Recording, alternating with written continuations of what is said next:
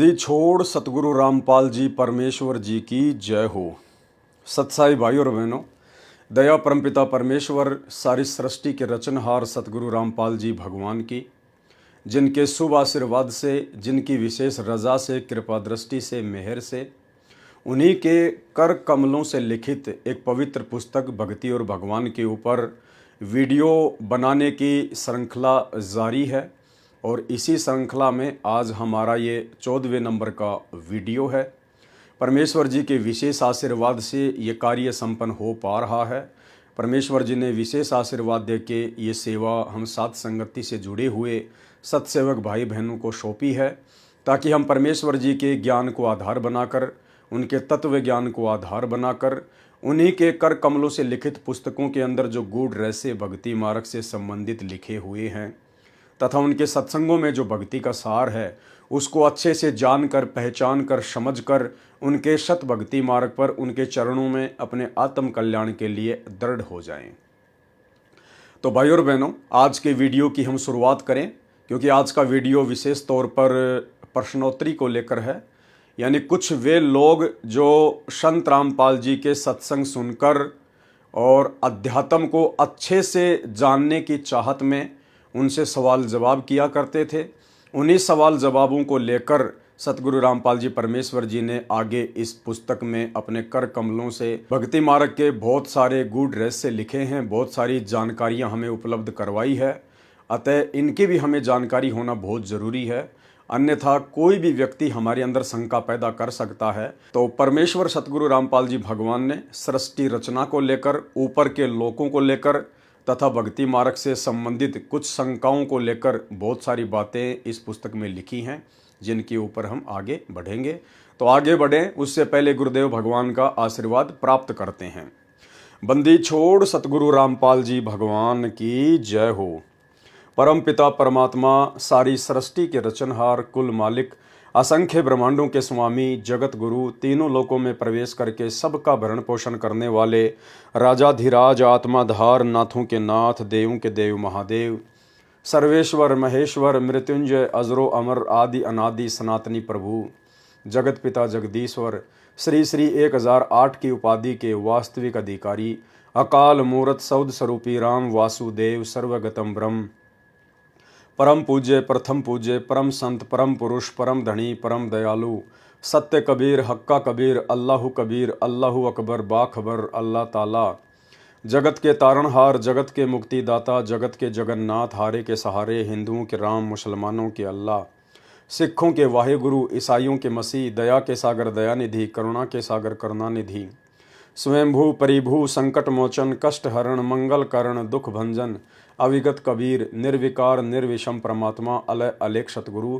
आदि अनादि सतगुरु, असली मर्यादा पुरुषोत्तम, असली राम, असली कृष्ण, असली घनश्याम, असली मुरारी, असली कृष्ण, असली आदि राम, राजाओं के राजा, महाराजाओं के महाराजा, शहंशाहों के शहंशाह, सम्राटों के सम्राट, भगवानों के भगवान, अल्लाहों के अल्लाह, प्रभुओं के प्रभु, मसीहाओं के मसीह, सच्चे वाहिगुरु, बाबाओं के बाबा, पीरों के पीर, सेठों के सेठ, जगत सेठ, सावड़सा सेठ, सर्वगुण संपन्न, अनंत कोटि कलाओं के स्वामी, अनंत कोटि ब्रह्मांडों के नायक, योगियों में महायोगी, ध्यानियों में महाध्यानी, सिद्धों में परम सिद्ध, ज्ञानियों में तत्वज्ञानी, ब्रह्म ज्ञानी, महाज्ञानी, परम ज्ञानी, सर्वश्रेष्ठ ज्ञानी, विज्ञानी, युवा कबीर, समरथ कबीर, असमवात, अमित ओझा, सच्चे रहनुमा, करीम अल्लाह, सुभान अल्लाह, दुनिया के अंतिम पैगंबर, 8 सितंबर 1951 से गांव धनाना, जिला सोनीपत, हरियाणा, भारतवर्ष की पावन भूमि पे प्रकट रियल कल की भगवान श्री नारायण साकार हरि श्री बाबा साहेब संत श्रोमणी सतगुरु रामपाल जी परमेश्वर जी के चरण कमल में साध संगति से जुड़े हुए देश विदेश से हम सभी सत्सेवक भाई बहनों का अनंत कोटि दंडवत प्रणाम। गुरुदेव भगवान हम सबको सद्बुद्धि बख्शे और इसी प्रकार से अपने शत भक्ति मार्ग पर दृढ़ता के साथ अपना आशीर्वाद देकर निरंतर हमें आगे बढ़ाते रहें। एकमात्र यही कामना पूज्य गुरुदेव भगवान से हम सभी सत्सेवक भाई बहनों की है। तो भाई और बहनों, ये परमेश्वर के कर कमलों से लिखित शंका समाधान प्रश्नोत्तरी पवित्र पुस्तक भक्ति और भगवान से, और परमेश्वर के कर कमलों से लिखित है, इसलिए हमें यहाँ से ज्ञान तो प्राप्त होगा ही होगा, हमारी शंकाओं का समूल समाधान तो हमें मिलेगा ही मिलेगा। जिसकी जो भी जिज्ञासा है, जो व्यक्ति सत्संग सुन रहे हैं फिलहाल, उनके मन में यदि कोई शंका है, कोई जिज्ञासा है, उसको भी परमात्मा पूर्णतया समाप्त करेंगे।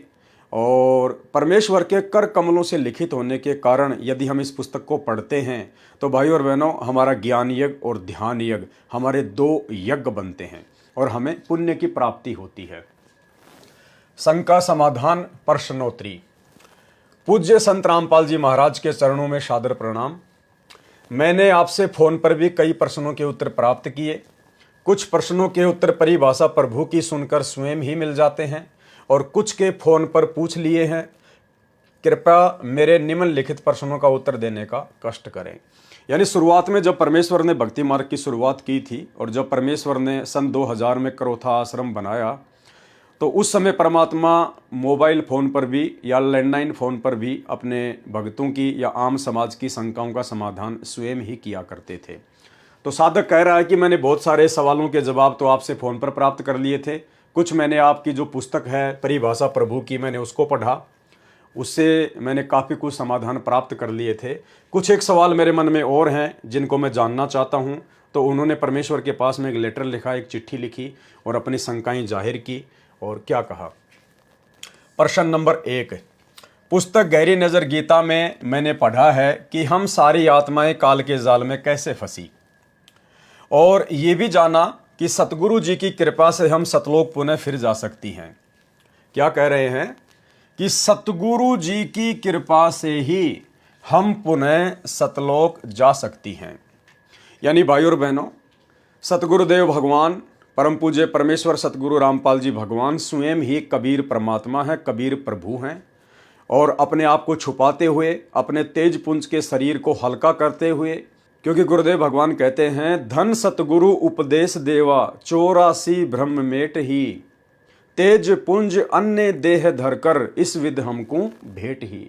तो परमेश्वर कबीर जी स्वयं ही अपने तेज पुंज के नूरी शरीर को हल्का करके और हम आत्माओं को ये तत्व ज्ञान और भक्ति मार्ग देने के लिए स्वयं ही धरती पर सतगुरु रूप में प्रकट होते हैं।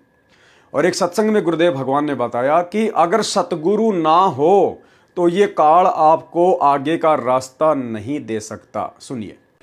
पुण्यात्माओं, ये ज्ञान परमात्मा स्वयं आकर ही हमें बताते हैं। और यदि वो परमात्मा स्वयं आकर के अपना ज्ञान प्रचार ना करे तो ये काल हमें कोई रास्ता नहीं देता। यानी वर्तमान में सतगुरु रामपाल जी स्वयं ही कबीर परमात्मा हैं, स्वयं ही कबीर अल्लाह हैं, कबीर साहिब हैं, इसमें कोई दो राय नहीं है।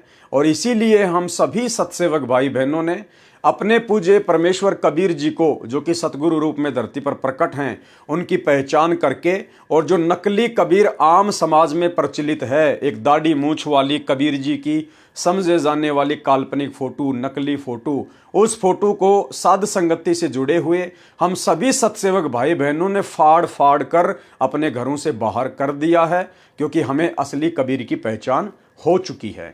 तो सवालकर्ता भी यही बात कह रहा है। और मैंने ये भी जाना कि सतगुरु जी की कृपा से हम सतलोक पुनः फिर जा सकती हैं, और सतलोक में जाकर वहां पर भक्ति कर उससे भी श्रेष्ठ लोकों में जा सकती हैं। यानी सतलोक में जाने के बाद वहां भी अगर हम चाहें तो हम ऊपर के लोकों में जाने की भक्ति कर सकते हैं। सतलोक में जाने के बाद फिर ऊपर के जो लोक है, अगम लोक, अलक लोक, अनामी लोक, उनकी भक्ति शुरू हो जाती है। यानी सतलोक से भी परम सुख फिर ऊपर के लोकों में है।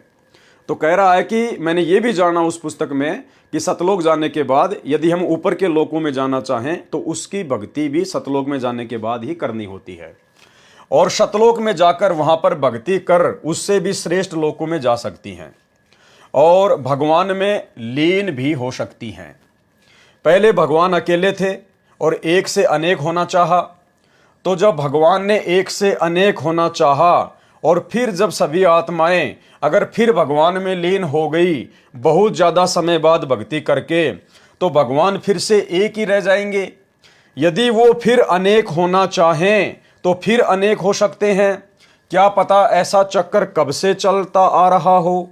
क्या जो आत्मा भक्ति करके भगवान में लीन हो जाती है, क्या वो फिर प्रकट होती है, या उसे भगवान की एक से अनेक होने की इच्छा पर फिर प्रकट होना पड़ता है, या जो आत्माएं भक्ति करके भगवान में लीन हो गई फिर कभी प्रकट नहीं होती या नहीं? क्या भगवान नई आत्माओं को प्रकट करता है जो पहले कभी प्रकट नहीं हुई थी? यानी सवालकर्ता ने सवाल किया है कि ये आत्मा यहां से तो सतलोक जाएगी, सतलोक जाने के बाद फिर ऊपर के तीनों लोकों की भक्ति शुरू करेगी, सीढ़ी दर सीढ़ी ये ऊपर के लोकों में जाएगी, और अंत में जो अनामी लोक है जिसके विषय में कहा जाता है कि लोक अनामी जावेगी, वहां कोन्या मिले चौबारे, आत्मा और परमात्मा वहां कोन्या रहते न्यारे। यानी अनामी लोक में यदि आत्मा चली जाती है भक्ति करके, तो अनामी लोक में जाने के बाद ये आत्मा परमात्मा कबीर जी में समा जाती है, विलीन हो जाती है। आत्मा का अस्तित्व सदा सदा के लिए समाप्त हो जाता है, कोई दुख नहीं, कोई चक्कर नहीं।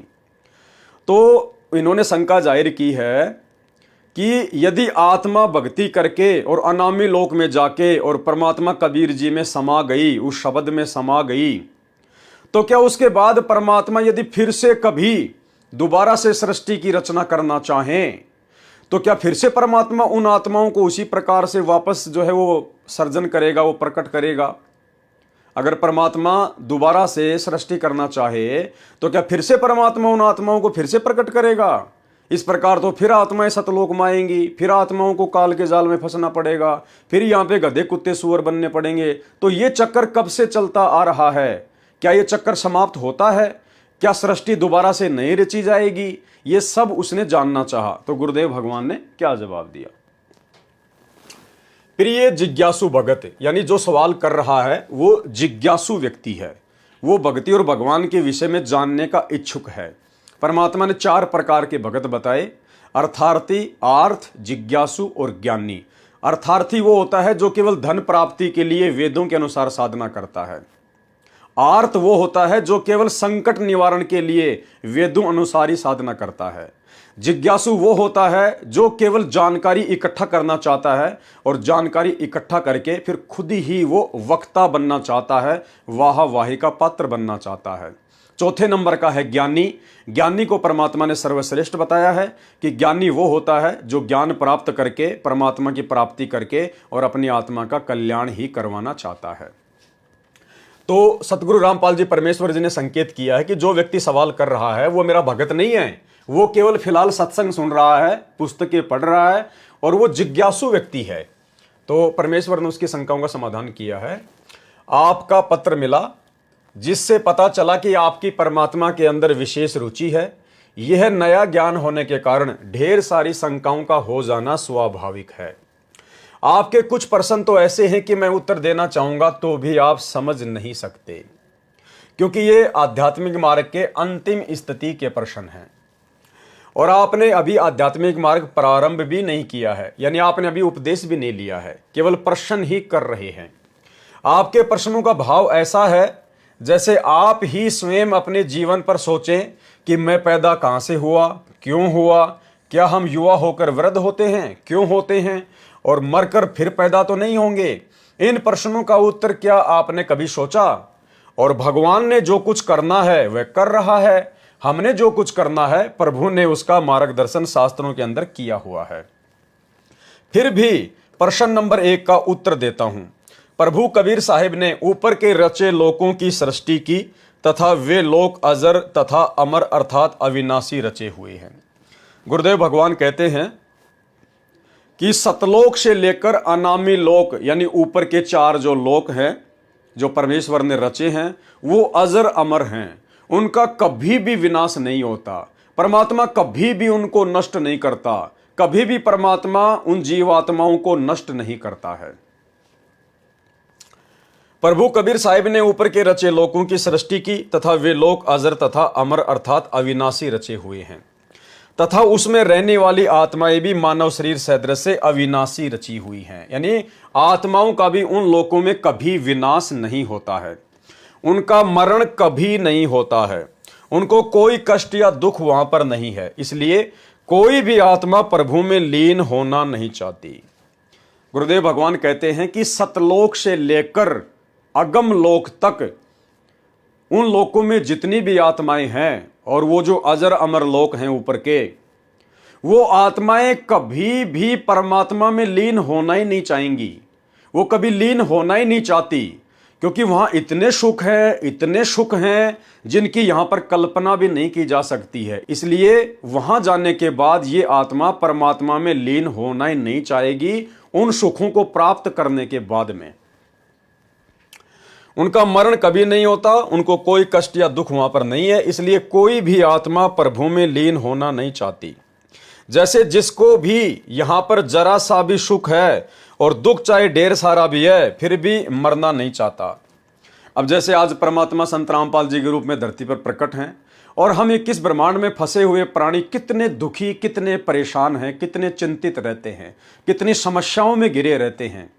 हर प्रकार के दुख, तकलीफें, आंधी, ओले, बरसात, भूकंप, बाढ़, महामारी, युद्ध, गृह युद्ध, बेटा बेटी का मर जाना, परिवार का एक्सीडेंट हो जाना, शरीर में कोई भयंकर रोग हो जाना, अचानक से कोई दुख आ जाना।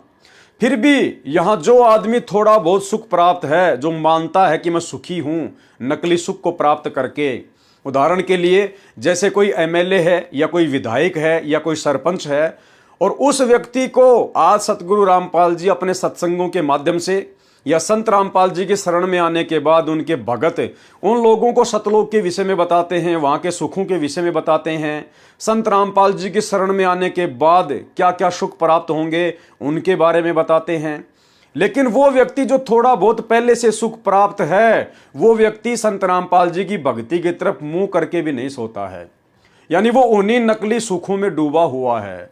तो भाई जब सतलोक प्राप्त हो जाएगा, अगम लोक प्राप्त हो जाएगा, जब अलख लोक प्राप्त हो जाएगा और वहां के अवर्णनीय सुख जब हम भोगना शुरू करेंगे, तो भाई कौन आत्मा है जो परमात्मा में लीन होना चाहेगी उन सुखों को छोड़कर। तो ये गुरुदेव हमें समझाना चाह रहे हैं कि आत्मा फिर परमात्मा में लीन नहीं होना चाहेगी। इसलिए ना तो कभी वो लोक विनाश में आते हैं और ना कभी वो आत्मा ही विनाश में आती हैं। उनका मरण कभी नहीं होता, उनको कोई कष्ट या दुख वहां पर नहीं है। इसलिए कोई भी आत्मा प्रभु में लीन होना ही नहीं चाहती। जैसे जिसको भी यहां पर जरा सा भी सुख है और दुख चाहे ढेर सारा भी है, फिर भी मरना नहीं चाहता। अब भाई और बहनों देखो, शिक्षा लेनी है हमने। परमात्मा ने संकेत छुपा रखे हैं। आप जी एक शब्द सुनते हैं परमात्मा का, जिसके लास्ट में गुरुदेव भगवान कहते हैं कि लोक अनामी जावेगी वहां कोन्या मिले चुबारे। अनामी लोक यानी सतलोक, अलख लोक, अगम लोक, और चौथा फिर अनामी लोक, सबसे ऊपर वाला। तो कहते लोक अनामी जावेगी वहां कोन्या मिले चुबारे, आत्मा और परमात्मा वहां कोन्या रहते न्यारे। और रामपाल प्रीतम प्यारे की आत्मा वहां पूर्ण आनंद लेरी। क्या कह रहे हैं गुरुदेव? रामपाल प्रीतम प्यारे की आत्मा वहां पूर्ण आनंद लेरी, और साच कहूं ना झूठ रति भर बात मान ले मेरी। पहले ये छोटा सा एक शब्द सुन लीजिए, एक चौपाई। लोक अनामी जावेगी वहाँ को ना मिले चौबारे, आत्मा और परमात्मा वहाँ को ना रहते न्यारे। लोक अनामी जावेगी वहाँ को ना मिले चौबारे, आत्मा और परमात्मा वहाँ नहीं रहते न्यारे। रामपाल प्रीतम प्यारे की आत्मा वहाँ पूर्ण आनंद लेरी, सच कहूं ना झूठ रति भर बात मान ले मेरी। तो भाई और बहनों, चौपाई आपने सुनी, जिसमें परमेश्वर कह रहे हैं कि लोक अनामी जावेगी वहां कोन्या मिले चुबारे, आत्मा और परमात्मा वहां कोन्या रहते न्यारे। और फिर गुरुदेव अपने विषय में कह रहे हैं, अपने आप को छुपाते हुए, कि रामपाल प्रीतम प्यारे की आत्मा वहां पूर्ण आनंद लेरी, और साच कहूं ना झूठ रति भर बात मान ले मेरी। गुरुदेव कह रहे हैं मैं ये जो बात बोल रहा हूं ना कि अनामी लोक में, सबसे ऊपर वाले लोक में रामपाल प्रीतम प्यारे की आत्मा, तुम्हारा गुरुदेव भगवान वहां पर पूर्ण आनंद ले रहा है। साच कहूं ना झूठ रति भर बात मान ले मेरी। तो अनामी लोक में कौन रह सकता है? भाई और बहनों, अनामी लोक में केवल परमात्मा स्वयं ही रहते हैं।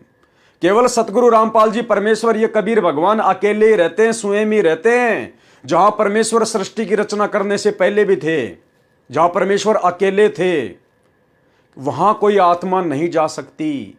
और यहां गुरुदेव भगवान ने स्पष्ट कर दिया कि उनका जन्म मरण कभी नहीं होता। यानी जो तीन लोक हैं, सतलोक, अलखलोक और अगमलोक, इन तीनों लोकों में जो आत्मा चली जाती है फिर वो आत्मा कभी नहीं मरती है। उनको कोई कष्ट या दुख वहां पर नहीं है। इसलिए कोई भी आत्मा प्रभु में लीन होना नहीं चाहती। प्रभु में लीन होने का मतलब कोई भी आत्मा अनामी लोक में जाना नहीं चाहती। और गुरुदेव शब्द में क्या कह रहे हैं कि रामपाल प्रीतम प्यारे की आत्मा वह पूर्ण आनंद ले रही। तो सतगुरु रामपाल जी परमेश्वर कौन हुए? स्वयं अविनाशी कबीर परमात्मा हुए, जो अनामी लोक में स्वयं ही रहते हैं और अपने एक रूप में वहां बैठकर सर्व ब्रह्मांडों का संचालन करते हैं। ये संकेत है। और भाई और बहनों, वैसी की वैसी रचना, वैसी की वैसी टू कॉपी इस काल ने अपने 21 ब्रह्मांडों में कर रखी है। 21 ब्रह्मांड इसको तप के बदले परमात्मा से प्राप्त हुए और इसने 21 ब्रह्मांडों को 5 महाब्रह्मांडों में बांट दिया। यानी 5 ब्रह्मांडों का समय बना दिया इसने। तो 4 ब्रह्मांड तो इसने 5 ब्रह्मांडों को जोड़ के जो है वो अलग बना दिए।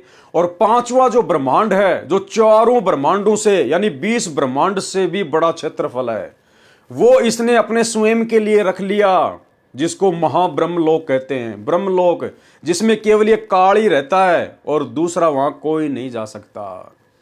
तो ठीक इसी प्रकार परमात्मा का अनामी लोक, उस लोक में केवल कबीर परमात्मा सतगुरु रामपाल जी अकेले ही रहते हैं। इसका मतलब जो वाणी हमें कह रही है कि लोक अनामी जावेगी वहां कोन्या मिले चुबारे, आत्मा और परमात्मा वहां कोन्या रहते न्यारे, और रामपाल प्रीतम प्यारे की आत्मा वहां पूर्ण आनंद ले रही, और सांच कहूं ना झूठ रती वर बात मान ले मेरी। तो भाई अनामी लोक में कौन जा सकता है? आत्मा तो जा नहीं सकती। परमात्मा ने तो मना कर दिया कि तीनों लोकों में इतने सुख है कि आत्मा वहां पर जाना ही नहीं चाहती। इसलिए कोई भी आत्मा प्रभु में यानी उस कबीर परमात्मा में लीन ही नहीं होना चाहती। अब लीन कहां होगी? अनामी लोक में जाके। और कोई लीन होना ही नहीं चाहती तो भैया अनामी लोक में फिर आत्मा तो जाएगी नहीं। तो फिर अनामी लोक में कौन रहता है? सतगुरु रामपाल जी परमेश्वर। रामपाल प्रीतम प्यारे की आत्मा वहां पूर्ण आनंद ले रही। यानी ये सतगुरु रामपाल जी स्वयं ही कबीर भगवान है, अविनाशी परमात्मा है, जिन्होंने पूरी सृष्टि को रचा है। भाई और बहनों, ये इस प्रकार के संकेत ही मिलेंगे हमें गुरुदेव की पुस्तकों में। और ये परमेश्वर ने हमें जो सृष्टि का सर्वश्रेष्ठ ज्ञान दिया है, तत्व ज्ञान, हमको ये तत्व ज्ञान भगवान ने इसीलिए दिया है कि इस ज्ञान को आधार बना के हम अपने गुरुदेव की परमात्मा के रूप में पहचान करें। परमात्मा कहते हैं शब्द सैन सतगुरु की पहचान है, वो पावे अटल सुहाग रे।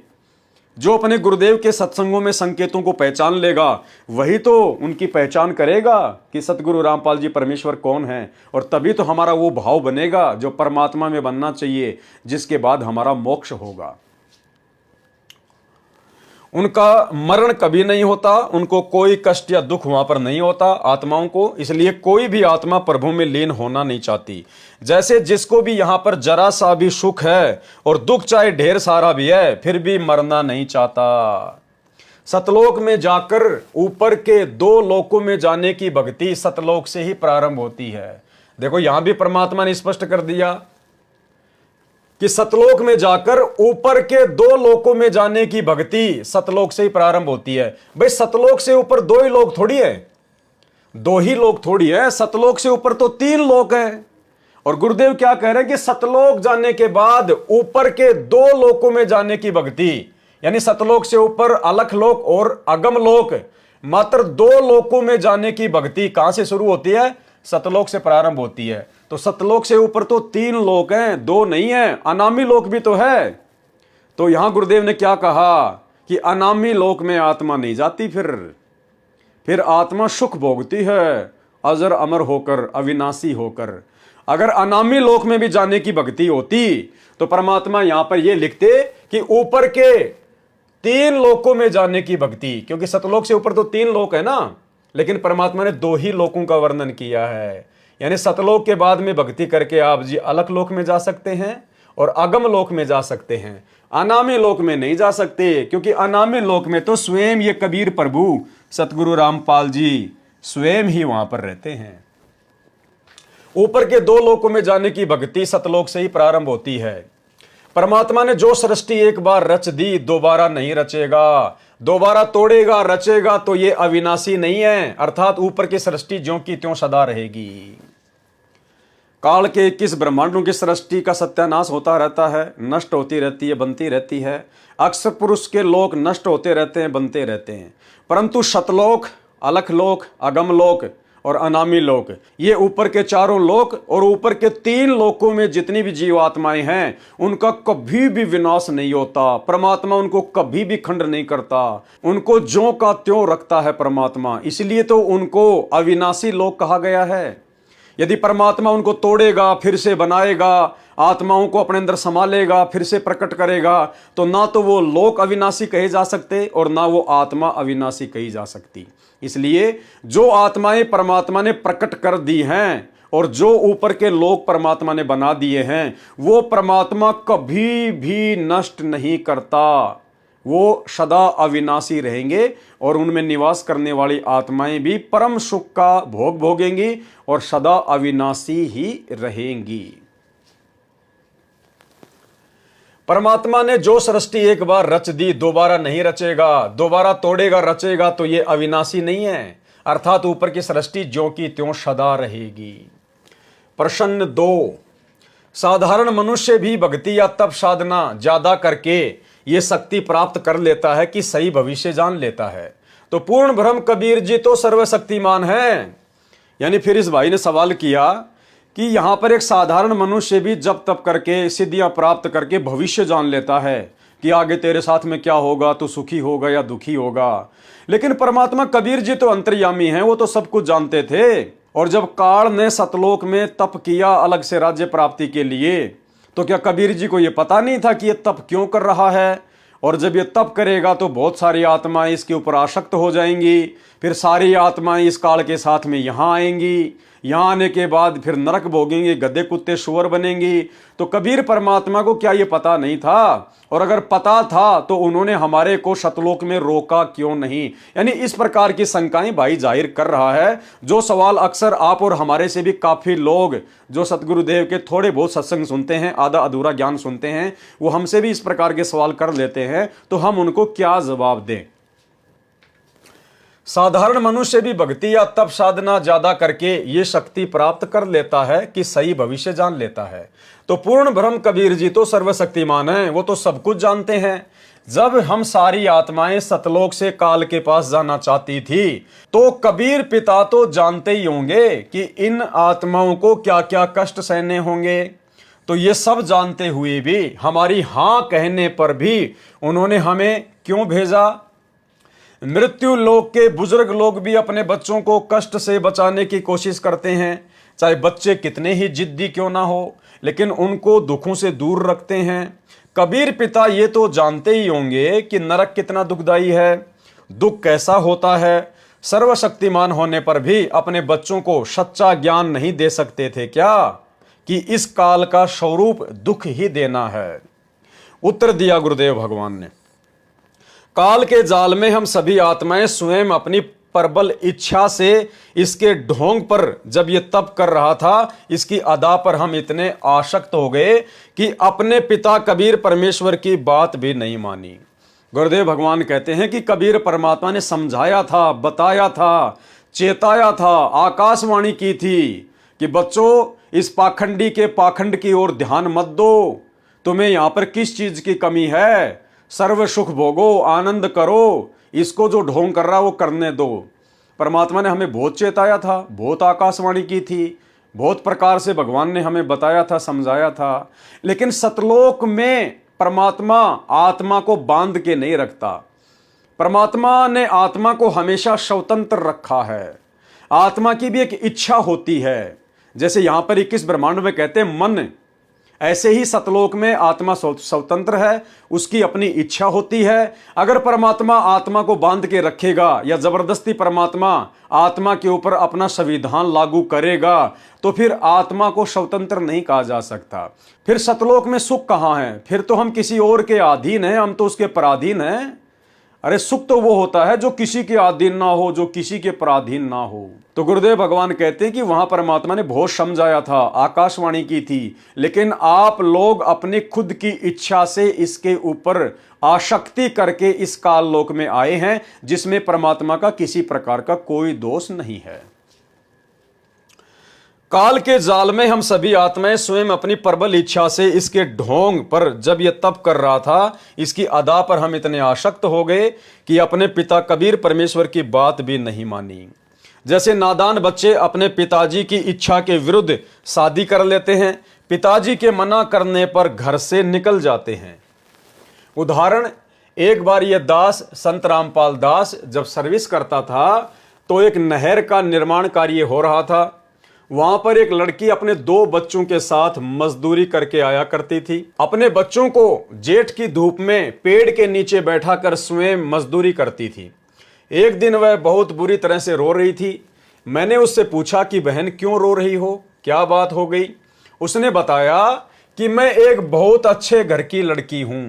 अब ये बात भाइयों और बहनों आप और हम आत्माओं के ऊपर लागू होती है। वो बहन जो जेठ की धूप में अपने 2 बच्चों को लेकर जो रोड पर मजदूरी कर रही थी, वो बहन समझो हम आत्मा है। और वो रोड पर जो गर्मी में जो मजदूरी कर रही थी, वो समझो काल का 21 ब्रह्मांड है। ये पृथ्वी लोक है जहां कोई सुख नहीं है, दुख ही दुख है।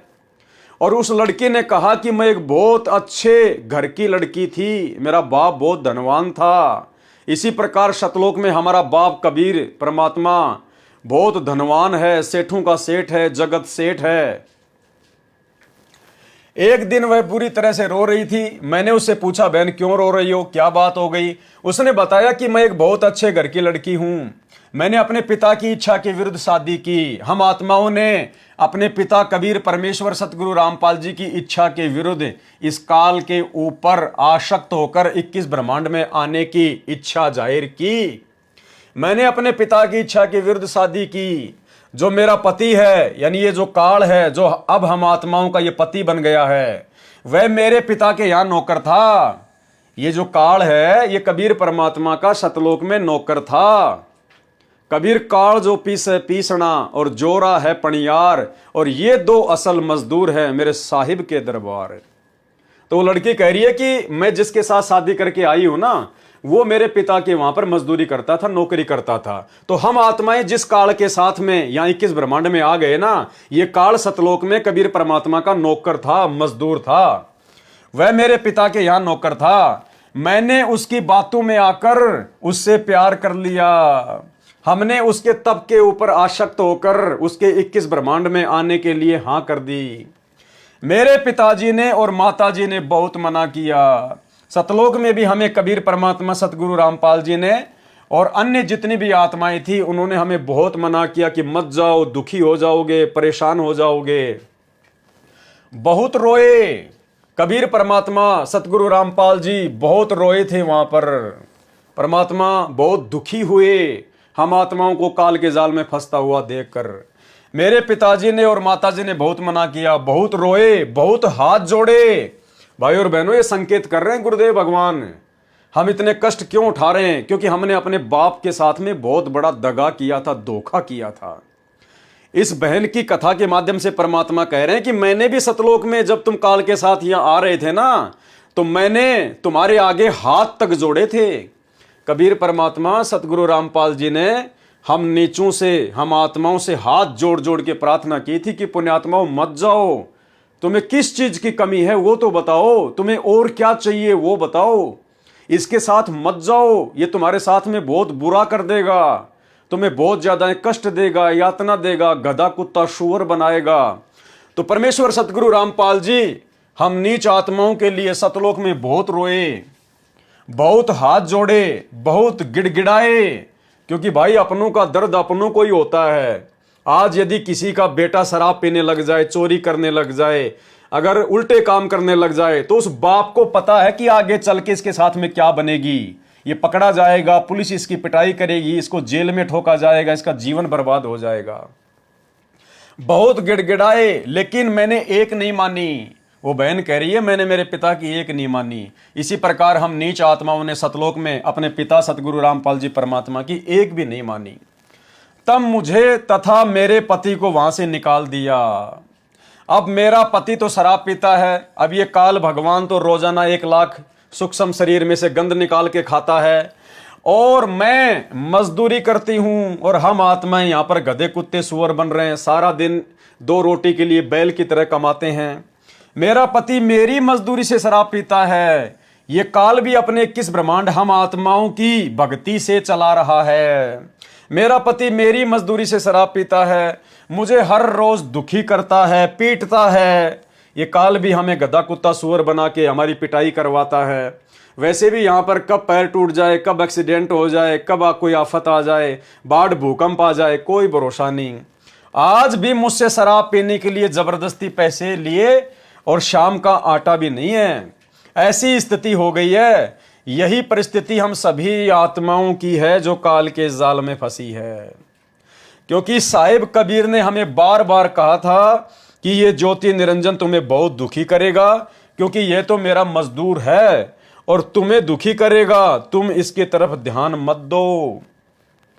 गरीबदास जी महाराज जी की वाणी है कि काल जो पीसना, यानी ये जो काल है ना 21 ब्रह्मांड का जो यहाँ स्वामी भगवान बना हुआ है, ये कबीर परमात्मा के दरबार में उनका आटा पीसता है। काल जो पीसना कहते हैं साफ सुथरे गेहूं से फिर चक्की पर ले जाकर आटा पिसवाना।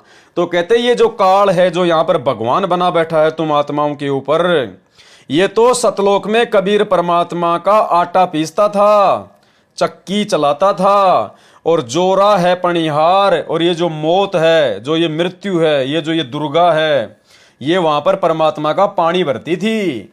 ये दोनों असल मजदूर हैं मेरे सतगुरु के दरबार। कौन सतगुरु? सतगुरु रामपाल जी परमेश्वर। इस कबीर परमात्मा सतगुरु रामपाल जी परमेश्वर जी के सतलोक में, उनके दरबार में। सवाल नंबर 3, काल के 21 ब्रह्मांडों में कर्मों का फल भोगना ही पड़ता है। काल भगवान ने सतलोक में बुरा कर्म किया और हम आत्माओं ने अपने पिता से इजाजत ली तो सतलोक से इस दुख सागर में आए। काल भगवान को अपने कर्म का भोग भोगना पड़ा और हमें भी, क्योंकि हमने काल को पसंद किया। कबीर पिता ने काल भगवान को श्राप दिया, जिसके कारण भोली भाली आत्माएं काल का आहार बन रही हैं। हमारे कबीर पिता इतने क्रोधी हैं कि उनको अपने बच्चों पर दया नहीं आती।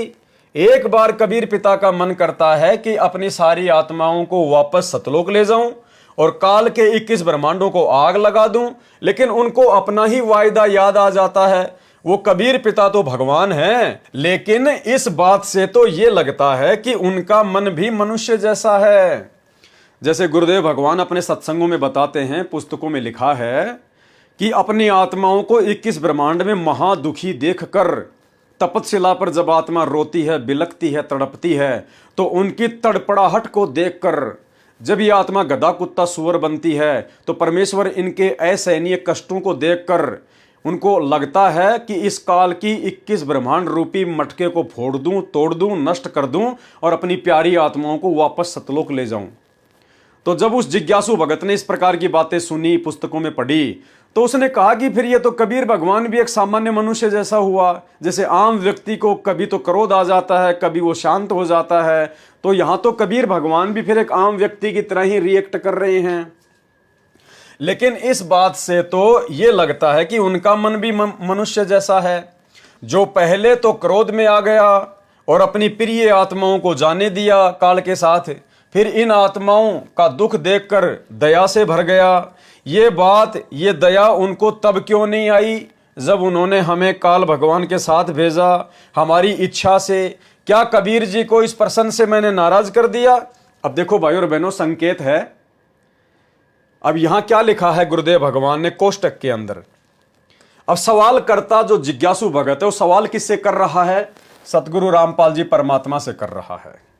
और वो क्या कह रहा है फिर लास्ट में ये सवाल पूछ के, क्या कबीर जी को इस प्रश्न से मैंने नाराज कर दिया?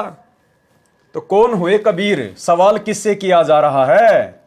सतगुरु रामपाल जी परमेश्वर जी से। और जिज्ञासु भगत क्या कह रहा है? क्या कबीर जी को इस प्रश्न से मैंने नाराज कर दिया? अरे सवाल किससे पूछ रहा है? सतगुरु रामपाल जी से। वो किसी दाढ़ी मूंछ वाली कबीर जी की फोटो से थोड़ा ना सवाल पूछ रहा है। वो तो मुर्दा फोटो है, निर्जीव है, बेजुबान है, वो क्या जवाब देगी।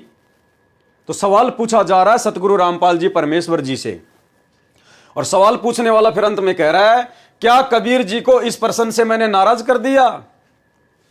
क्या मैंने सतगुरु रामपाल जी को, इस कबीर भगवान को इस सवाल से नाराज तो नहीं कर दिया? यानी संकेत गुरुदेव ने कोष्टक में लिखकर अपनी वास्तविक स्थिति जाहिर की है कि ये सवाल स्वयं कबीर भगवान से पूछे जा रहे हैं। वो कबीर भगवान जो वर्तमान में सतगुरु रामपाल जी के रूप में धरती पर प्रकट है। क्या कबीर जी को इस प्रश्न से मैंने नाराज कर दिया? उत्तर क्या दिया कबीर परमेश्वर सतगुरु रामपाल जी ने? काल को श्राप कबीर साहिब ने नहीं दिया। परमात्मा किसी को श्राप नहीं देता। राम किसी को मारे नहीं, मारे तो हत्यारा राम अपने आप ही मर जाएंगे कर कर खोटे काम। सतलोक का एक नियम है, वहां जो इस प्रकार की बकवाद करता है उसको ऑटोमेटिक ये रोग लग जाता है। काल को श्राप कबीर साहिब ने नहीं दिया। सतलोक के अंदर ऐसा विधान है कि जो ऐसी गलती करेगा उसको ये बीमारी स्वतः लग जाती है।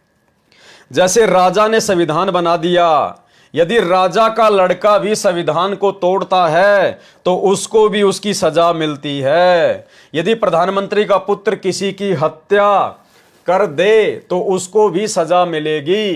कबीर साहिब ने जब हमारी इच्छा पूछी कि क्या तुम इस काल के साथ जाना चाहते हो, तो हमारी स्वीकृति पर कबीर साहिब ने कहा था कि निरंजन मैं इन सबको भेज देता हूं और तू अपने लोक में जा। कबीर साहिब को यह वचन याद आता है। यानी परमात्मा का खुद का बनाया हुआ संविधान है, परमात्मा का खुद का मैनुअल है, इसलिए परमात्मा खुद भी अपने संविधान को नहीं तोड़ता है।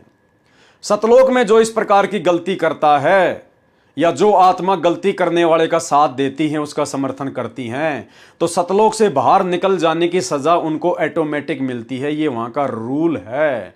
बाकी समझाने में सतगुरु रामपाल जी परमात्मा ने, कबीर परमात्मा ने सतलोक में हमें कोई कमी नहीं छोड़ी। भाई जैसे भारत का संविधान है और यहां अगर कोई किसी की हत्या करेगा, कोई किसी का मर्डर करेगा तो उसके ऊपर धारा लग जाती है, उसको उम्र कैद हो जाती है, 20 साल की सजा हो जाती है, फांसी भी हो जाती है।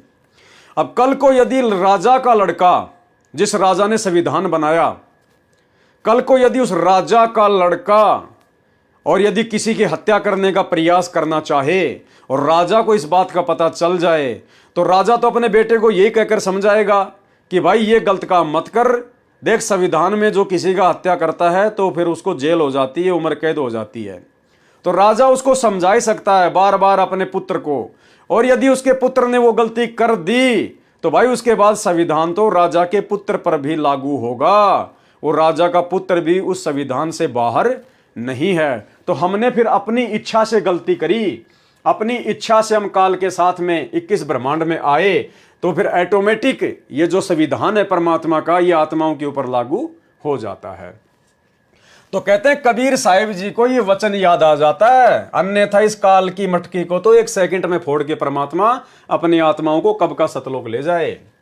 फिर जिज्ञासु भगत ने 4 नंबर सवाल किया, हम सारी आत्माएं यहां काल भगवान के राज्य में किसी न किसी कारण दुखी रहती हैं, और कुछ आत्माएं न चाहते हुए भी पाप करती हैं और उसका फल भोगती हैं। यदि इन आत्माओं को सुख न भी मिले, कम से कम दुख ही दूर हो जाएं, तो भी ये शांति प्राप्त कर सकती हैं। मैं ये जानना चाहता हूं, क्या सतलोक का सुख यहां काल भगवान के सुख से ज्यादा है? अर्थात सतलोक में स्वर्ग, महास्वर्ग या बैकुंठ तथा महाब्रह्मलोक से भी ज्यादा आनंद है? यदि हां, तो हम काल भगवान के कहने पर कि वहां मैं सुख दूंगा, तो हम सतलोक का सुख, आनंद, शांति छोड़कर काल भगवान पर आसक्त हो गए। क्या हम सतलोक में दुखी थे जो अपना दुख थोड़ा कम करने आ गए, या फिर हमें नरक अच्छा लगता था, या फिर हम बहुत बड़े अज्ञानी थे? तो गुरुदेव भगवान ने क्या उत्तर दिया, ये आपकी अप्रवीणता का प्रमाण है और नुक्ताचीनी ढूंढने का शौक नजर आ रहा है। यानी आप अब ये फालतू के सवाल कर रहे हो, इनका कोई औचित्य नहीं है। इसका उत्तर ऊपर प्रश्न नंबर 2 के उत्तर में आ चुका है। क्या उस लड़की को अपने पिता के घर पर कोई दुख था जो उस मजदूर के साथ भाग आई और अब रो रही है? तो सतगुरु रामपाल जी परमेश्वर जी कहना चाह रहे हैं कि भाई सृष्टि रचना में मैंने तुम्हें सारी बातें बता दी कि सतलोक में इतना सुख है, इस काल में तो ढूंढने को भी नहीं मिलेगा। फिर तुम क्यों इस प्रकार के उल्टे सवाल कर रहे हो? क्या सतलोक में सुख थोड़े थे जो सुख प्राप्त करने के लिए आत्मा यहाँ आ गई? जब सृष्टि रचना आपने पढ़ ली कि सारे सुख भोगते भोगते भी इन आत्माओं को काल ने भ्रमित कर दिया कि मैं यहाँ से भी ज़्यादा सुख दूंगा तुम्हें, ऐसे ऐसे मैंने नहरें, नदियाँ, दूध की नदियाँ, शहद की नदियाँ, हीरे मोती के पहाड़ बना दिए, घूमेंगे फिरेंगे, पिकनिक करेंगे। तो आत्मा को तो परमात्मा ने स्वतंत्र रखा हुआ है, आत्मा की अपनी इच्छा है, और आत्मा अपनी इच्छा के अंतर्गत फंसकर अपनी खुद की अज्ञानता के चलते काल के साथ में आ गई। इसमें परमात्मा का क्या दोष है? सतलोक में तो सुखों का भंडार है, और यहाँ आके अब आपको पता चली गया कि यहाँ पर क्या सुख है। आज थोड़ा बहुत कोई अपने आप को सुख प्राप्त समझ रहा है, कल को एक्सीडेंट में उसका बेटा मर गया, टूट गया दुखों का पहाड़। सवाल नंबर 5 किया फिर उसने, मरते समय मनुष्य की जैसी मति होती है वैसी ही उसकी गति होती है। मान लो कोई सतगुरु सारा जीवन प्रभु भक्ति में गुजारते हैं और किसी भी कारण से मृत्यु के समय उसकी मति प्रभु या गुरु नाम में नहीं रही, तो क्या वो भी सतलोक नहीं जाएंगे? और यदि कोई सतगुरु जो सतलोक न जा सके तो उनके वो शिष्य जो उनको ही अपना सब कुछ मानते हैं और मृत्यु के समय उनको यानी सतगुरु को याद करके या फिर प्रभु या गुरु नाम में मति रखते हुए प्राण त्यागते हैं, तो उन शिष्यों की क्या गति होगी? यदि किसी को पता ही न चले कि गुरुजी की मति शरीर का त्याग करते समय किसमें थी। यानी प्रश्नकर्ता ने सतगुरु रामपाल जी भगवान से जानना चाहा है कि जैसे दुनिया भर के सतगुरु हैं, दुनिया भर के पंथ हैं, और उन्होंने दुनिया भर के फॉलोवर बना रखे हैं, अनुयायी बना रखे हैं, और कहते हैं कि मरते समय जहाँ पर हमारी मति होती है वहीं हमारी गति होती है। यानी मरते समय जहाँ हमारी इच्छा होती है वही हमारा जन्म होता है, वहीं हम पहुँच जाते हैं। तो अगर वो सतगुरु मरते समय अगर उसकी सुरती, उसका ध्यान अगर सतलोक में ना हुआ, और यदि यही काललोक में किसी बकवाद में उलझ के रह गया, और वो जो सतगुरु है क्या उसकी भी गति होगी या नहीं होगी? और उस सतगुरु के मरने के बाद में उनके जो भगत हैं वो अपने सतगुरु को ध्यान में रख कर भक्ति करें, या जो गुरु नाम दे दिया है उसको ध्यान में रख के भक्ति करें। और अगर सतगुरु की गति नहीं हुई तो फिर उसके गुरु नाम से उनके भक्तों की गति होगी या नहीं होगी? इस प्रकार के सवाल इसने जानना चाहा है। उत्तर क्या दिया गुरुदेव भगवान ने कि भाई असली सतगुरु तो वही होता है जो आम जीव से उत्तम होता है। परमात्मा कहते हैं दुनिया भर के नकली सतगुरु हैं, लेकिन असल में सतगुरु वही होता है जो आम जीव से उत्तम होता है। अब भाई एक तो होती है आत्मा, एक होता है परमात्मा। तो आम जीव तो सभी आत्माएं हैं, और गुरुदेव ने कह दिया कि काल से लेकर और तुम मनुष्य तक सभी आत्मा हो, जीव हो। और सतगुरु कौन होता है? जो आत्मा से उत्तम होता है। तो आत्मा से उत्तम फिर कौन हुआ? परमात्मा हुआ। आत्मा और परमात्मा, भाई जो आत्मा से उत्तम है वो परमात्मा है।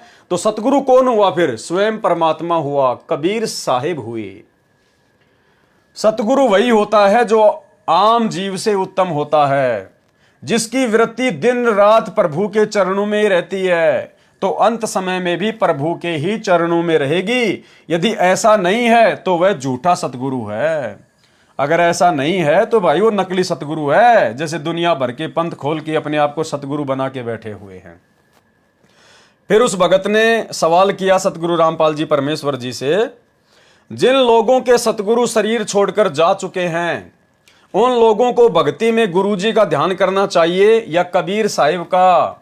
और फिर वही बात, यदि स्वयं गुरुजी की ही मति शरीर छोड़ते समय वहां न रही जो सतलोक जाने के लिए सहायक है, तो भी शिष्यों को गुरु नाम सहायता करेगा या उसको भी वहीं जाना होगा जहां उनके गुरु गए, न कि सतलोक?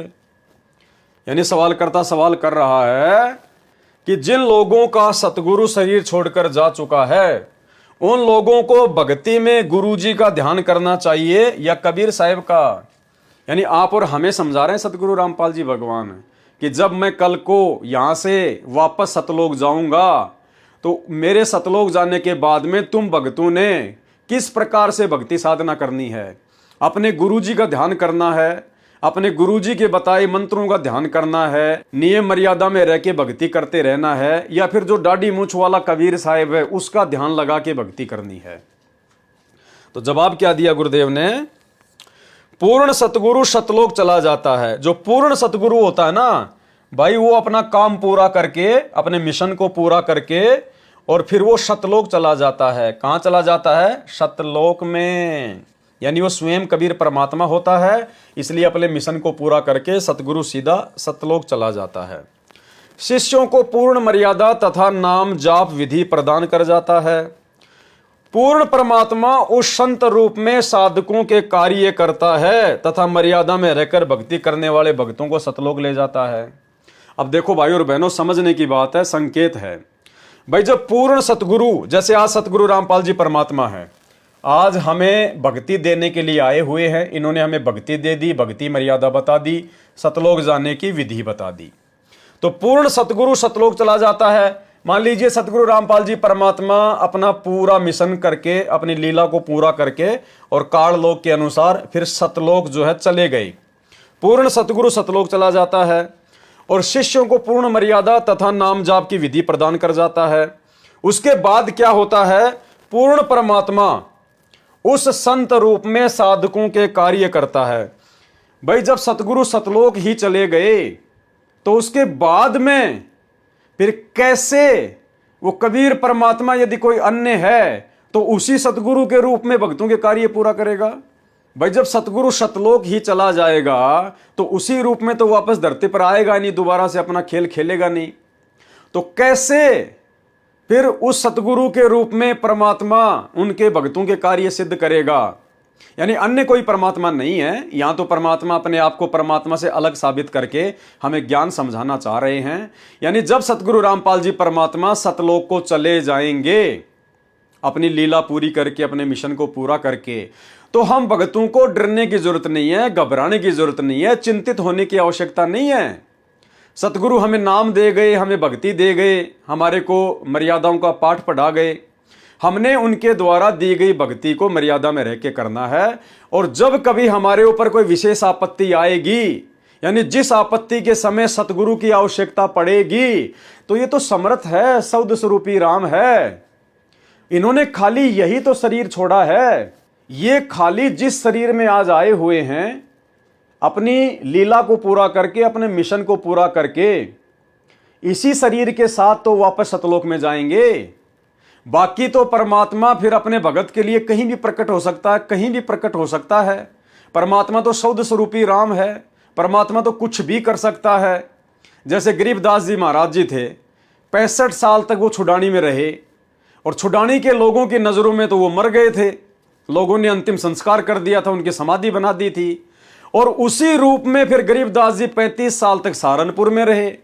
तो इस प्रकार से सतगुरु रामपाल जी परमात्मा जब अपने मिशन को पूरा करके सतलोक चले जाएंगे तो हम भक्तों ने चिंता करने की जरूरत नहीं है। हमने उसी प्रकार से रहना है जिस प्रकार से हम सतगुरु के रहते सहते रह रहे हैं। हमें तनिक भी चिंतित होने की आवश्यकता नहीं है। ये सौद स्वरूपी राम है, ये शब्द रूप में हमारे साथ में रहेगा। जैसे वर्तमान में जेल में बैठे बैठे भी हम सभी आत्माओं के साथ में है शब्द रूप में, और जब इनके सतलोक जाने के बाद कभी इनकी आवश्यकता पड़ेगी तो परमात्मा इसी रूप में तुरंत प्रकट हो जाएंगे। इसी रूप में सतगुरु रामपाल जी भगवान पुनः भगत के सामने प्रकट हो जाएंगे और परमात्मा उसके कार्य सिद्ध कर देंगे, उसके विघ्नों का नाश करेंगे। इसलिए हमने बिल्कुल भी चिंतित होने की आवश्यकता नहीं है। पूर्ण सतगुरु सतलोक चला जाता है, शिष्यों को पूर्ण मर्यादा तथा नाम जाप विधि प्रदान कर जाता है।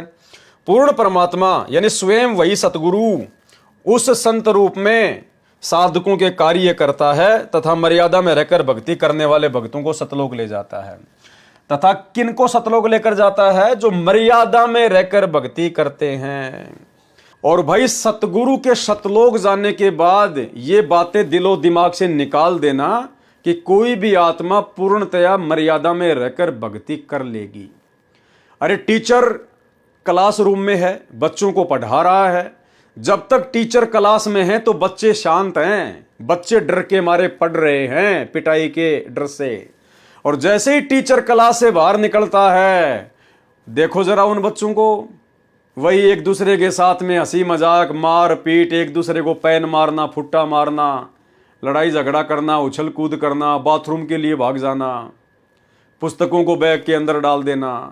तो भाई और बहनों, सतगुरु के जाने के बाद में फिर मर्यादा बचेगी नहीं।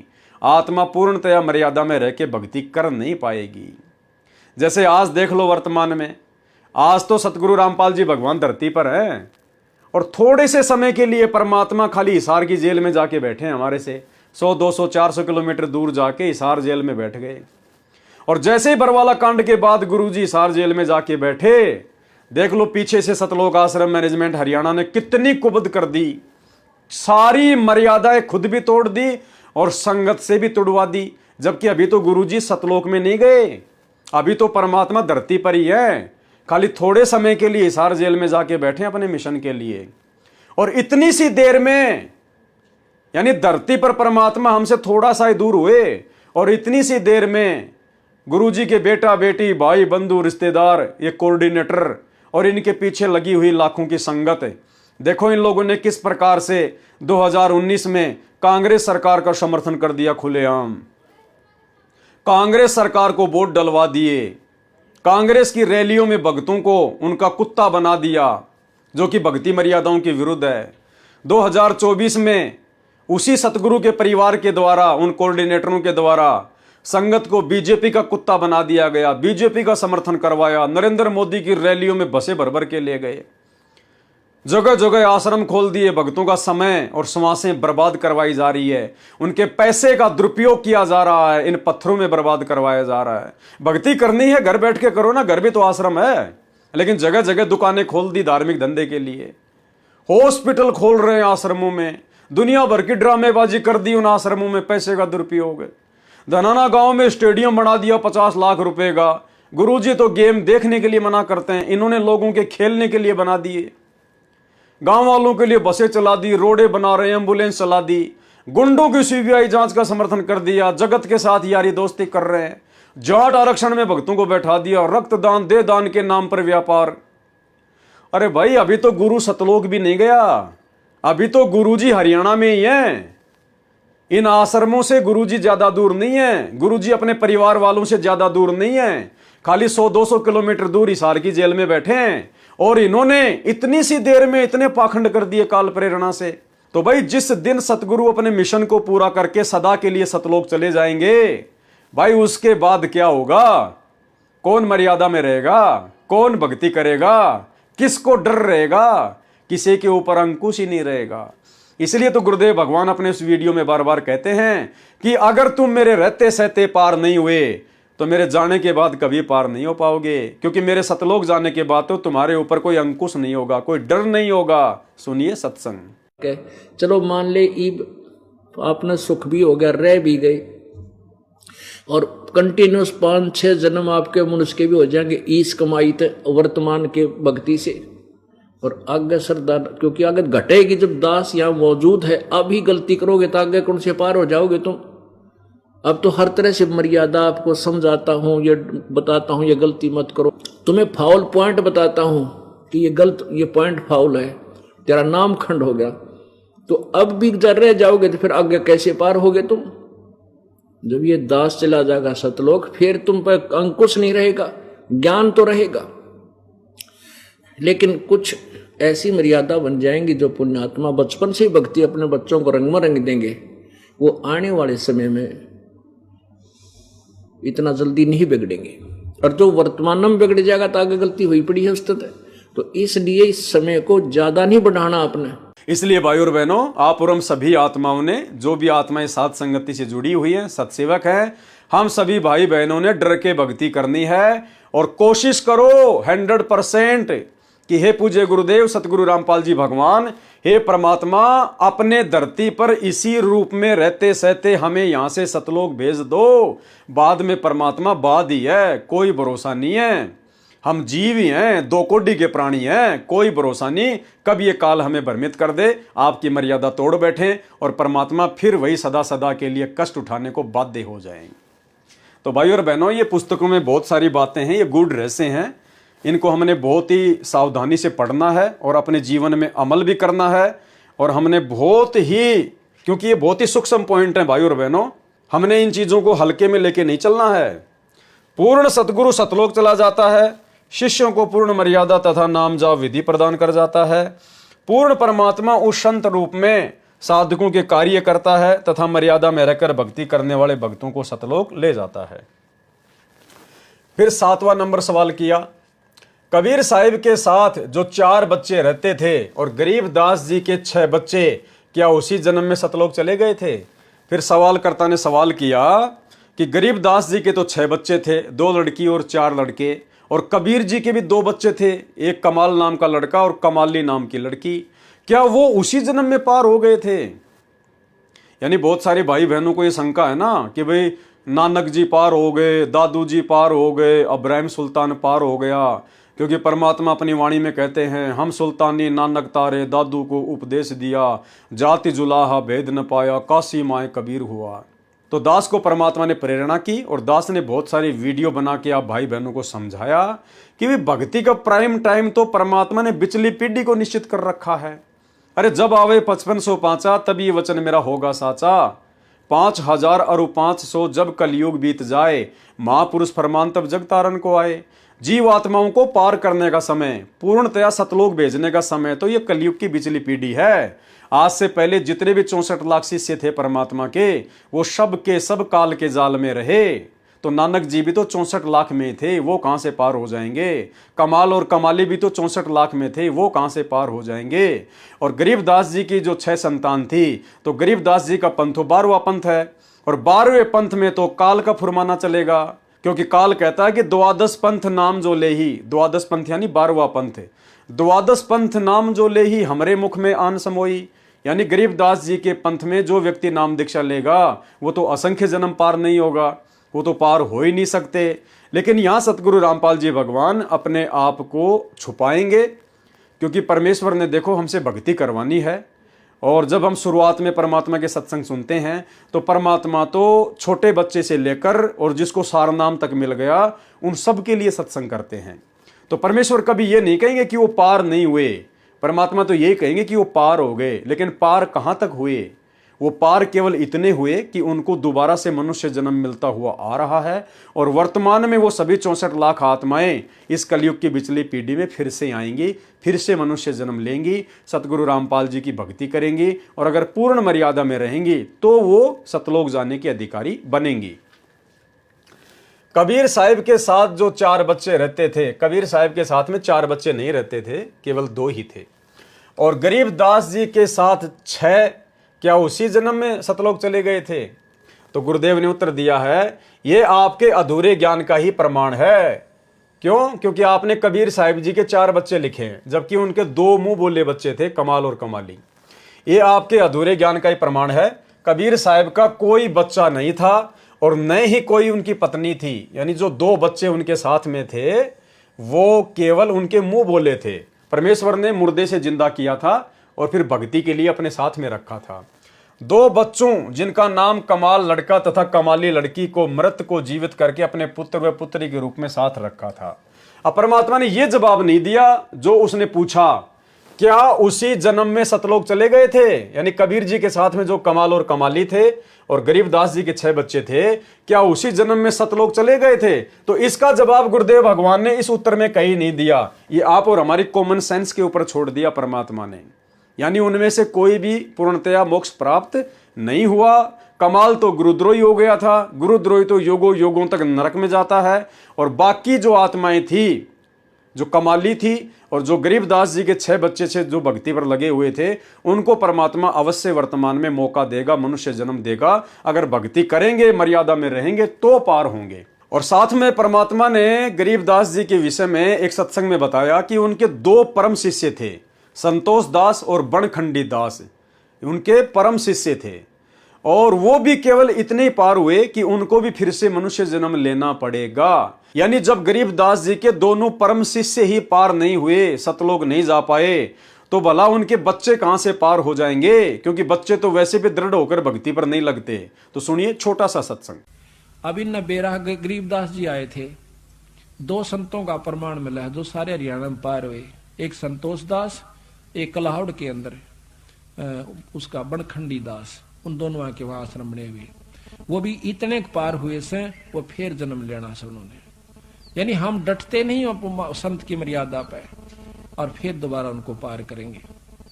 तो अब बताओ ईब हम भी फेल होए ऐसा, हम तो कुछ भी जीव नहीं उनकी आंख के सामने, बस भगवान खुद आए, उन पर विश्वास नहीं किया हमने, इसी प्रकार नहीं मानते, क्योंकि हम फिर उन संतों के चक्कर में पड़े हैं जिनको बड़ी बड़ी जटार लटार धारावाहिक वो चालान से तन्यों को नारा संत तो वो सब, ये तो एक साधारण जाट से, ये तो जमींदार मेरे हार, ये तो फलानी का दो छोरा से, ये तो दोता है ना हमारे गांव का। गरीबदास ने न्यों कहा करते राज वहां मंदिर बना का माथा टेकना सामने, नाक रगड़े से उसके आगे जा गए।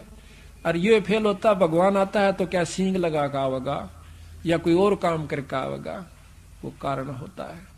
पर उस समय हम फेल हो जाते हैं, फिर उड़ा मंदिर बनाते हैं, मूर्ति लावा सा, फिर पूजन लाग जावा, समय जब मानते नहीं उसकी एक भी।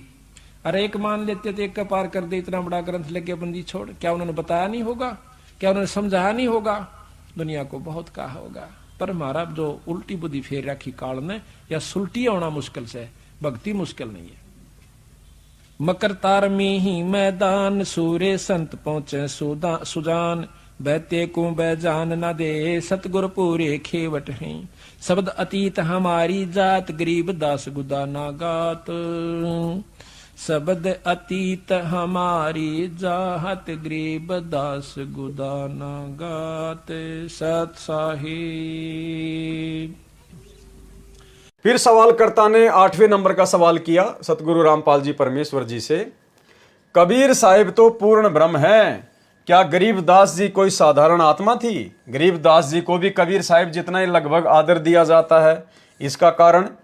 उत्तर दिया गुरुदेव ने, कबीर साहिब पूर्ण परमात्मा है तथा गरीबदास जी भक्ति अधिकारी आत्मा थी, और कबीर साहिब से उपदेश प्राप्त करके वह भी परम आत्मा अर्थात श्रेष्ठ आत्मा हो गई थी। देखो, परमात्मा से ज्ञान प्राप्त करके कोई भी परमात्मा नहीं बन जाता। परमात्मा कहते हैं जीव जीव होता है, पीव पीव होता है, पीव यानी परमात्मा। लेकिन वो जीव जो पीव के संपर्क में आता है तो उसके थोड़े बहुत गुणों से युक्त हो जाता है। जिस प्रकार चुंबक चुंबक ही होती है, लोहा लोहा होता है, लोहा कभी चुंबक नहीं बन सकती, लेकिन ज्यादा समय तक वो लोहा चुंबक के संपर्क में आने के कारण, चुंबक से चिपके रहने के कारण थोड़े बहुत चुंबकीय गुण उसमें भी आ जाते हैं, लेकिन वो थोड़े समय के लिए होते हैं, फिर वो लोहा का लोहा रह जाता है। लेकिन यहां क्या कह रहे हैं परमात्मा? क्योंकि गरीबदास जी स्वयं ही कबीर परमात्मा थे, लेकिन वो एक भगत की भूमिका में यहां आए थे, इसलिए उनको पूर्ण परमात्मा की संज्ञा नहीं दी जा सकती। जिस प्रकार काशी में कबीर जी पूर्ण परमात्मा के रूप में प्रकट थे, और जो केशव बंजारे के रूप में आए थे वो भी कबीर परमात्मा ही थे, लेकिन केशव बंजारा को परमात्मा की संज्ञा नहीं दी जा सकती, क्योंकि उनका रोल अलग था और कबीर जी का रोल अलग था। लेकिन यह संकेत कर दिया गुरुदेव भगवान ने, तथा गरीबदास जी भक्ति अधिकारी आत्मा थी, और कबीर साहिब से उपदेश प्राप्त करके वह भी परम आत्मा हो गई। परम आत्मा का मतलब होता है परमात्मा, एक होती है आत्मा, एक होता है परमात्मा। तो भाई भगवान के संपर्क में आके कोई भी जीवात्मा परमात्मा नहीं बन सकती। ऐसे तो फिर सारे परमात्मा बन जाएंगे, फिर तो बहुत सारे भगवान हो जाएंगे, असंख्य फिर तो परमात्मा हो जाएंगे। तो यहां गुरुदेव ने संकेत किया है, समझदार को संकेत ही काफी है, कि वह भी परम आत्मा हो गई, श्रेष्ठ आत्मा हो गई। अर्थात गरीबदास जी स्वयं ही कबीर परमात्मा थे, वो केवल एक भगत का रोल कर रहे थे। जिन्होंने पूर्ण परमात्मा कबीर साहिब की महिमा का एक सदग्रंथ साहिब रचा, और जिसके आधार पर अब ये अनमोल सत्य ज्ञान हमें प्राप्त हुआ, इसलिए गरीबदास जी आदरणीय हैं। गरीबदास जी भले कबीर परमात्मा थे, लेकिन वो आप और हमारे लिए आदरणीय हैं, पूजनीय नहीं हैं। तथा कबीर साहिब पूजनीय हैं। पूजनीय कौन है? कबीर साहिब। कौन कबीर साहिब? वो कबीर परमात्मा जो आज सतगुरु रामपाल जी के रूप में धरती पर प्रकट हैं, जिनका वैदिक नाम है कबीर परमात्मा। पूजनीय केवल हमारे लिए कबीर परमात्मा है, यानी वक्त गुरु ही पूजनीय होता है, क्योंकि वक्त गुरु कबीर पंथ में स्वयं कबीर परमात्मा ही होता है। बाकी चाहे गरीबदास जी हो, चाहे नानक जी हो, चाहे दादू जी हो, ये सब हमारे लिए आदरणीय हैं, पूजनीय नहीं है। इसलिए हम इनको दंडवत प्रणाम भी नहीं कर सकते। हम किसी भी आदरणीय को दंडवत प्रणाम नहीं कर सकते। जैसे हम भक्तों के लिए हमारे माता पिता भी आदरणीय हैं, लेकिन पूजनीय नहीं है, इसलिए हम उनको दंडवत प्रणाम नहीं कर सकते। दंडवत प्रणाम केवल पूजनीय को किया जाता है। तो वर्तमान में एकमात्र पूजनीय हम भक्तों के लिए कबीर परमात्मा सतगुरु रामपाल जी भगवान है। इसीलिए हम सभी सत्सेवक भाई बहनों ने अपने अपने घरों से वो दाढ़ी मूंछ वाली कबीर जी की नकली फोटो को अपने घर से निकाल दिया, क्योंकि फोटो नकली है, नाम नकली नहीं है परमात्मा का। नाम तो कबीर है और कबीर आज धरती पर आ गया, लेकिन जो फोटो हमें दिखाई जाती थी कबीर जी की दाढ़ी मूंछ वाली, वो नकली है। तो उस फोटो को हमने दंडवत प्रणाम नहीं करना है, फोटो की पूजा नहीं करनी है। ना ही हमने गरीबदास जी की फोटो रखनी है, ना उनको दंडवत प्रणाम करना है। ना ही हमने अपने घर पर या दरबार में अपने दादा गुरु जी की फोटो रखनी है, ना उनको दंडवत प्रणाम करना है। और ना ही हमने पंडित चिदानंद जी की, जो कि हमारे परदादा गुरु कहे जाते हैं, ना हमने उनकी कोई फोटो अपने घर पर रखनी है, ना हमने उनको दंडवत प्रणाम करना है। इसलिए हम सत्सेवक भाई बहन केवल अपने घरों पर, अपने दरबार में अपने पूज्य गुरुदेव सतगुरु रामपाल जी परमात्मा, जो कि असली कबीर है, इन्हीं का एकमात्र फोटो रखते हैं, इन्हीं को भोग लगाते हैं और इन्हीं से हम हर प्रकार की इच्छा जाहिर करते हैं। गरीबदास जी की वाणी है कि गरीब अनंत कोटि ब्रह्मा बहे, अनंत कोटि भय ईस, कबीर साहिब तेरी बंदगी से जीव हो जावे जगदीश। कबीर साहिब तेरी बंदगी से जीव हो जावे जगदीश का मतलब है कि यहां का जो जगदीश है काल भगवान, इसकी इतनी शक्ति युक्त तो कबीर परमात्मा सतगुरु रामपाल जी भगवान की भक्ति करने से एक आत्मा हो जाती है, एक जीव हो जाता है जगदीश। सवाल 9, काल भगवान के 21 ब्रह्मांडों का नाश होने पर सारी आत्माएं परब्रह्म के लोक में रहती हैं। यानी जब काल भगवान के 21 ब्रह्मांडों का नाश होता है, महाप्रलय होती है, तब वो कबीर परमात्मा क्या करता है, जितनी भी आत्माएं 21 ब्रह्मांड में होती हैं उन सबको बीज रूप में और इस काल को और दुर्गा को अक्षर पुरुष के लोक में रख दिया जाता है। फिर दोबारा से परमात्मा 21 ब्रह्मांडों की रचना करता है, फिर उन सभी जीव आत्माओं को दोबारा से 21 ब्रह्मांड में उसी प्रकार से जैसे नए सिरे से काल ने 21 ब्रह्मांडों की शुरुआत की थी, काल और दुर्गा, फिर ब्रह्मा विष्णु महेश की उत्पत्ति, फिर ब्रह्मा जी के द्वारा अपने शब्द शक्ति से आत्माओं की उत्पत्ति, फिर बाकी आत्माओं की उत्पत्ति, फिर ऐसे इस प्रकार से सृष्टि चलती है। तो सवालकर्ता क्या कह रहा है, काल भगवान के 21 ब्रह्मांडों का नाश होने पर सारी आत्माएं परब्रह्म के लोक में रहती हैं, यानी अक्षर पुरुष के लोक में रहती हैं। परब्रह्म के लोक में सुख कितना है, कितने समय तक आत्माएं वहां रहती हैं, और यदि पुनः काल भगवान का जन्म होने पर भी आत्माएं परब्रह्म के लोक में रहना चाहें तो क्या रह सकती है? क्या काल भगवान को अपने जन्म याद हैं कि उससे कितने जन्म हो चुके हैं और वो कितने जन्मों तक 21 ब्रह्मांडों के मालिक रहेंगे और उसके बाद फिर हमारी तरह ही सतलोक में चले जाएंगे?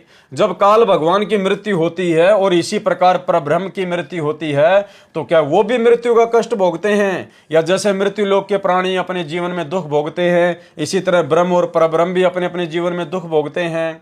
अक्षर पुरुष कितने जन्मों तक जिएगा? क्या अक्षर पुरुष की सृष्टि में सुख है? इसी प्रकार कबीर पिता के सहज आदि पुत्रों ने यदि किसी सृष्टि की रचना की वहां पर तो क्या वहां सुख है? क्या कबीर पिता के सहज आदि पुत्रों का भी कभी नाश होता है? यानी इन्होंने काफी कुछ सवाल किए हैं। तो उत्तर दिया गुरुदेव भगवान ने, जो आत्माएं काल के 21 ब्रह्मांड में रहती हैं वे काल के ही साथ वापस काल लोक में आएंगी। जब दोबारा से परमात्मा काल के 21 ब्रह्मांडों में सृष्टि की रचना करेगा तो अक्षर पुरुष के लोक से काल के साथ वो सभी आत्माएं जो पहले काल के 21 ब्रह्मांड में थी वो काल के साथ ही वापस आ जाती हैं। रही बात सुख और दुख की, जैसे राजा और प्रजा में सुख दुख का अंतर होता है ऐसे ही ब्रह्म और परब्रह्म अपने अपने लोकों के राजा हैं। जैसे हम प्रजा हैं और भारत का प्रधानमंत्री राजा है, तो प्रजा और राजा को कितना सुख दुख होता है, उसी प्रकार से ब्रह्म और ब्रह्म के अधीन जितने प्राणी हैं उनको, और परब्रह्म यानी अक्षर पुरुष और उसके अधीन जितनी आत्माएं हैं उनको वैसा ही सुख और दुख समझना चाहिए। जो आत्माएं काल के 21 ब्रह्मांडों में रहती हैं वे काल के साथ वापस काल लोक में आ जाएंगी। जैसे राजा और प्रजा में सुख दुख का अंतर होता है ऐसे ही ब्रह्म और परब्रह्म अपने अपने लोकों के राजा हैं। यानी जैसे आम प्राणी को बेचारे को रोजी रोटी की समस्या होती है, कपड़े लत्ते की समस्या होती है, बच्चों को पढ़ाने की समस्या होती है, और राजा को इस प्रकार की कोई समस्या नहीं होती है क्योंकि राजा के पास में धन होता है, ठाट बाट होती हैं। लेकिन राजा को दूसरे प्रकार की टेंशन होती है, उसको अपना कोई एमएलए टूट गया, कोई विधायक टूट गया, अब की बार चुनाव आ रहे हैं, पता नहीं जीतूंगा नहीं जीतूंगा, वहां पर बाढ़ आ गई, वहां पर किसी ने जो है आंदोलन कर दिया।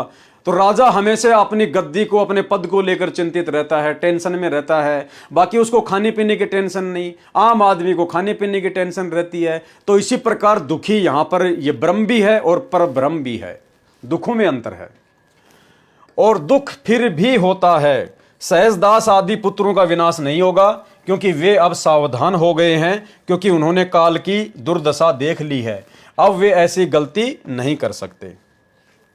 फिर उस जिज्ञासु भगत ने सतगुरु रामपाल जी परमेश्वर जी से सवाल किया। सवाल नंबर 10, शेरा वाली माता काल भगवान के श्राप से द्रौपदी बनी और उसको नरक भी जाना पड़ा। कुंती पुत्रों को तो नरक इसलिए जाना पड़ा, यानी पांचों पांडवों को तो इसलिए नरक जाना पड़ा कि उन्होंने युद्ध में हिंसा की और बहुत सारे लोग मारे। लेकिन कुंती और द्रौपदी को क्यों नरक जाना पड़ा? और युधिष्ठिर जी ने उन सबको अपने अपने हिस्से का स्वर्ग दिया, और ये लोग स्वर्ग भोगकर फिर नरक जाएंगे। ये नरक की अवधि क्या है? एक कल्प या उससे थोड़ी कम या ज्यादा होती है। द्रौपदी जी शेरा वाली माता है। पृथ्वी पर जब लोग माता का जागरण करते हैं तो अक्सर माता लोगों में आती है। जब द्रौपदी जी को पुनः यदि नरक जाना पड़ेगा तो भी शेरा वाली माता जागरण में आएगी या नहीं आएगी? तो उत्तर दिया गुरुदेव भगवान ने। वैसे फालतू के सवाल हैं, लेकिन परमात्मा फिर भी, क्योंकि दुनिया फालतू के सवाल ज्यादा करती है हम भक्तों से, इसलिए परमात्मा कहते हैं उनको किस प्रकार से जवाब देना है। एक ऐसी सिद्धि होती है जिससे कई रूप बनाए जा सकते हैं, लेकिन उसका विशेष संबंध मुख्य आत्मा से ही रहता है। जैसे किसी प्राणी के सैकड़ों हाथ पैर हों और उनके किसी पैर को चोट लग जाए तो उसकी भी पीड़ा होती है। ऐसे ही शेरा वाली मुख्य रूप में अपने लोक में रहती है। जो दुर्गा है वो मुख्य रूप से तो अपने लोक में रहती है, और उसी का अंश सिद्धि से द्रौपदी रूप में प्रकट हुआ था। राज्य के बंटवारे के दौरान युद्ध करवाने में द्रौपदी का विशेष रोल अर्थात सहयोग था। यानी जो उसने सवाल किया ना कि कुंती और जो द्रौपदी थी उनको नरक क्यों जाना पड़ा, तो परमात्मा कहते महाभारत का युद्ध करवाने में द्रौपदी का विशेष तौर पर हाथ था। वो बार बार अपने पतियों को, पांचों पांडवों को जोश दिलाया करती थी कि दुशासन ने और दुर्योधन ने जिस प्रकार से मेरी बेइज्जती की चीर हरण करके, तुम उसका बदला लो, बदला लो। इसलिए उसको नरक भोगना पड़ा। और जो पांडवों की माता थी कुंती, उसको इसलिए नरक भोगना पड़ा क्योंकि वो भी पांचों पांडवों को, अपने पुत्रों को अपना अधिकार लेने के लिए प्रेरणा किया करती थी, युद्ध के लिए उनको प्रेरित किया करती थी। राज्य के बंटवारे के दौरान युद्ध करवाने में द्रौपदी का विशेष सहयोग था। वह बार बार कहती थी कि जब मेरा चीर हरण करने की कोशिश की थी तो उसका बदला लो। कुंती भी ऐसे ही पुत्रों को प्रेरणा किया करती थी कि अपना हिस्सा अवश्य लिया जाए, जो अनर्थ का कारण बना। बाद में करोड़ों बहनों के विधवा व करोड़ों बच्चों के अनाथ होने की बद्दुआएं उस सारे ही परिवार को, जिन्होंने बाद में राज्य का सुख भोगा, उनको भोगनी पड़ी। उसका परिणाम इन दोनों कुंती तथा द्रौपदी को भी नरक का दुख भोगने का कारण बना। जागरण के दौरान कोई माता जागरण में नहीं आती, क्योंकि वह उनकी अविद्यापूर्वक पूजा है। और जागरण के दौरान प्रेत आत्माएं किसी के शरीर में प्रवेश करके बोलती हैं कि मैं माता आ गई हूं। फिर 11 नंबर सवाल किया उस जिज्ञासु भगत ने सतगुरु रामपाल जी परमेश्वर जी से। काली माता की एक तस्वीर में मैंने देखा कि उनकी काफी भुजाएं हैं, और बचपन में एक और तस्वीर देखी थी जिसमें शायद, जैसा मुझे याद आता है, कि काली माता ने शिवजी भगवान पर पैर रखा हुआ था। काली माता कौन है? यानी बच्चों जैसे सवाल वो कर रहा है सतगुरु रामपाल जी परमेश्वर जी से। अब आप और हमें तो ये बच्चों जैसे सवाल लगेंगे, क्योंकि परमेश्वर ने हमें तत्व ज्ञान की ऊंचाइयों पर बैठा दिया है। लेकिन फिर भी परमात्मा, क्योंकि सभी मालिक की आत्मा है और वो जिज्ञासु भगत था, इसलिए परमात्मा उसका समाधान कर रहे हैं। ये काली माता भी इसी शेरा वाली का अंश है। जो काली माता है, जो नवरात्रि किए जाते हैं ना, कि दुर्गा के 9 रूपों की पूजा की जाती है, तो परमात्मा कहते हैं ये सब उसी की आत्माएं हैं, उसी का अंश है, दुर्गा का ही अंश है, वो दुर्गा नहीं है। प्रश्न 12, लोगों की इच्छाएं वैष्णव माता पूरी करती है, लेकिन आपने कहा कि वो केवल स्मृति के लिए बनाई गई जगह है। सवालकर्ता कह रहा है कि बहुत सारे लोगों की इच्छा तो वैष्णो माता के धाम पर लोग जाते हैं, तो वैष्णो माता लोगों की इच्छाएं पूरी करती है, और आप कह रहे हो कि वो तो खाली एक यादगार बनी हुई है, वो कोई इच्छा विच्छा पूरी नहीं करती है। तो गुरुदेव क्या कह रहे हैं? उत्तर, जैसे वैष्णो माता का एक स्मारक बना हुआ है, यानी एक यादगार बनी हुई है, वहां पर केवल उनका धड़ पड़ा था। अब जैसे कोई वैद्य शरीर छोड़ जाए और उसके शरीर पर यादगार बना दें और मूर्ति भी रख दें तो वह मूर्ति वैद्य का काम नहीं कर सकती। अब आप स्वयं सोचें। फिर उसने आगे सवाल किया 13 नंबर, मेरी मौसी जी का परिवार कबीर साहिब और गरीबदास में काफ़ी श्रद्धा रखता है। वो लोग छुड़ानी साहिब भी जाते हैं। मेरी मौसी जी की छोटी बेटी ने बताया कि गरीबदास जी ने कहा था कि जो मेरे शिष्य हैं वो छुड़ानी साहिब अवश्य आवें, यानी छुड़ानी धाम में अवश्य आएं। जो छुड़ानी साहिब जाएगा उसका सीधा स्वर्गों में वास होगा। इस प्रकार उन्होंने मुझे बताया था। लेकिन उसके बाद जब मैंने आपसे नाम उपदेश लेने के नियम पढ़े तो मुझे शंका हो गई। इसका यदि प्रमाण नहीं है तो मुझे ये बताओ कि कहीं गरीबदास जी इसे लिखना भूल गए हों, केवल वाणी से ही कह गए हों। कृपया ये शंका दूर करें। कहीं ऐसा न हो कि सही नाम लेकर केवल इसलिए मुक्त न हो कि छुड़ानी साहिब नहीं गए। तो गुरुदेव ने क्या उत्तर दिया, ये धारणा अज्ञानी लोगों द्वारा पैदा की जाती है कि किसी स्थान या धाम से ही मुक्ति होती है। ऐसा ही काशी में उन स्वार्थी संतों, गुरुओं, महंतों ने गलत धारणा पैदा कर रखी थी कि जो काशी में मरता है वह स्वर्ग जाता है और जो मगर में मरता है वो गधा बनता है। परमात्मा कह रही है धाम वाम पर जाना, किसी आश्रम में जाना कि उस आश्रम में जाओगे तो ही मुक्ति होगी, तो ही परमात्मा प्रसन्न होंगे। कहते हैं ये तो मूर्ख लोगों की अपनी अपनी सोच है, धर्म को धंधा बना के जो बैठे हुए हैं। ऐसा भक्ति मार्ग में कुछ नहीं है। जो भक्ति आपको गुरुदेव से प्राप्त हो गई, मर्यादा में रहकर कहीं बैठ के कर लो। मर्यादा में रहोगे, गुरु को भगवान मानोगे, ज्ञान को आधार बनाओगे तो मुक्ति होगी। काशी के अंदर पाखंडियों ने एक भ्रमणा फैला रखी थी कि जो अंत समय में काशी में प्राण त्यागता है वह स्वर्ग जाता है और जो मगहर में मरता है वह गधा बनता है। क्योंकि मगहर की धरती पवित्र नहीं है, उस पृथ्वी को भगवान शिव ने श्राप दे रखा है।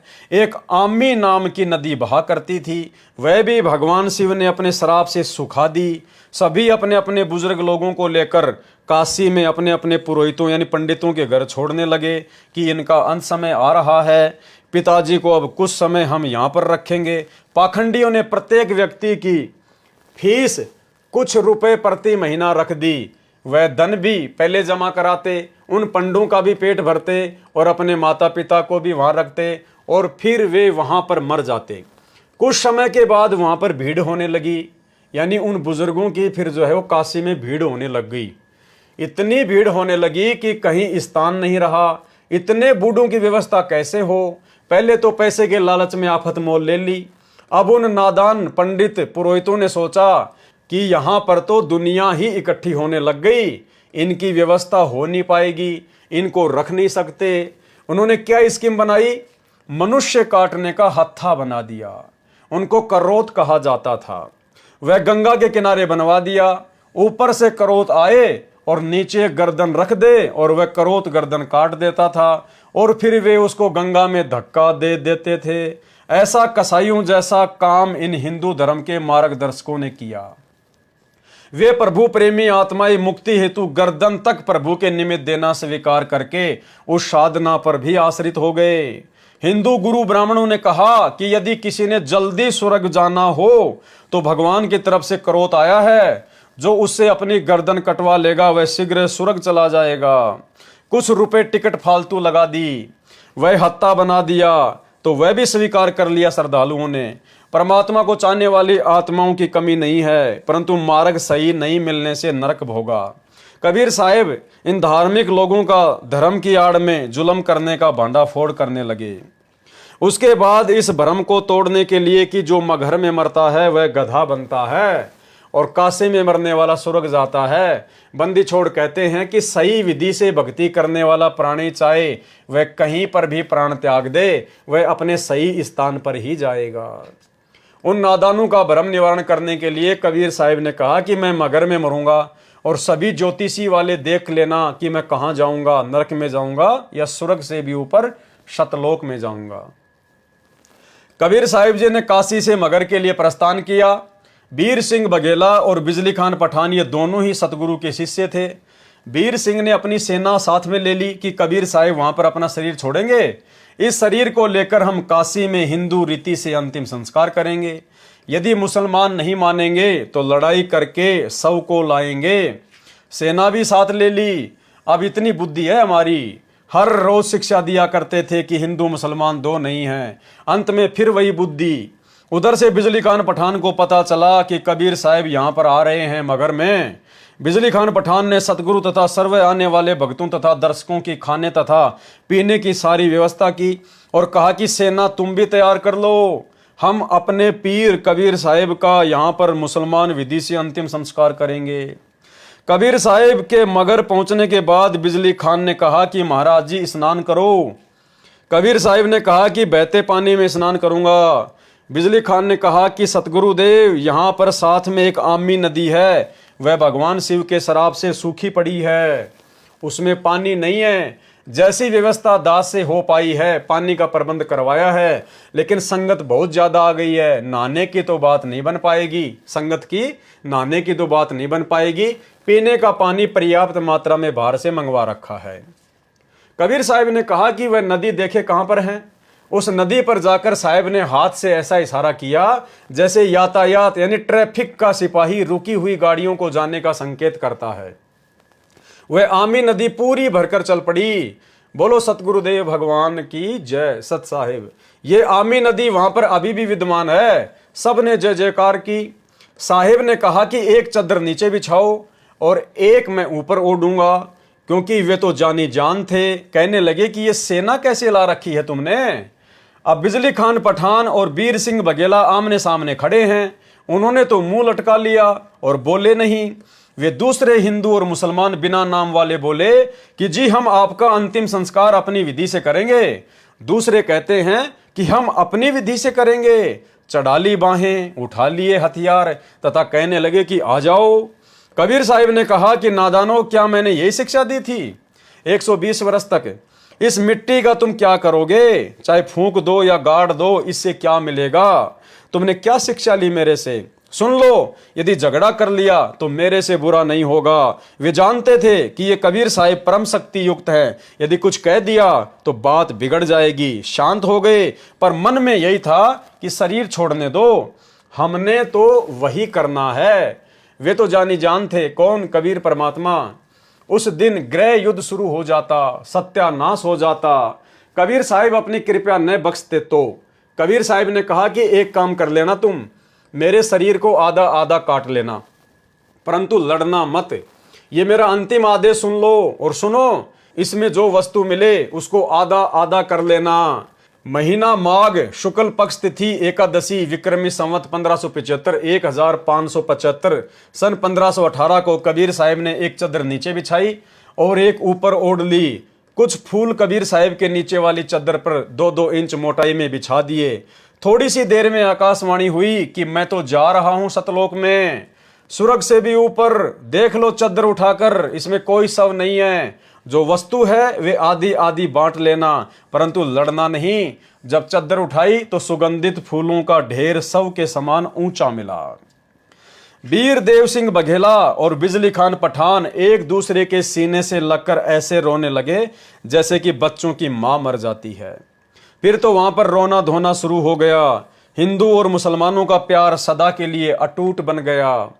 एक दूसरे को सीने से लगाकर हिंदू और मुसलमान रो रहे हैं। कहने लगे कि हम समझे नहीं, ये तो वास्तव में अल्लाह आए हुए थे। भाई और बहनों, देखो आज कितनी बड़ी दया बख्श दी कबीर परमात्मा सतगुरु रामपाल जी भगवान ने। अगर आज सतगुरु रामपाल जी भगवान अपने तत्व ज्ञान की विशेष रजा, विशेष दया, साध संगति से जोड़कर हम सत्सेवकों के ऊपर ना बगसते, तो भाई और बहनों संगत में 2 भाग तो हो ही चुके हैं।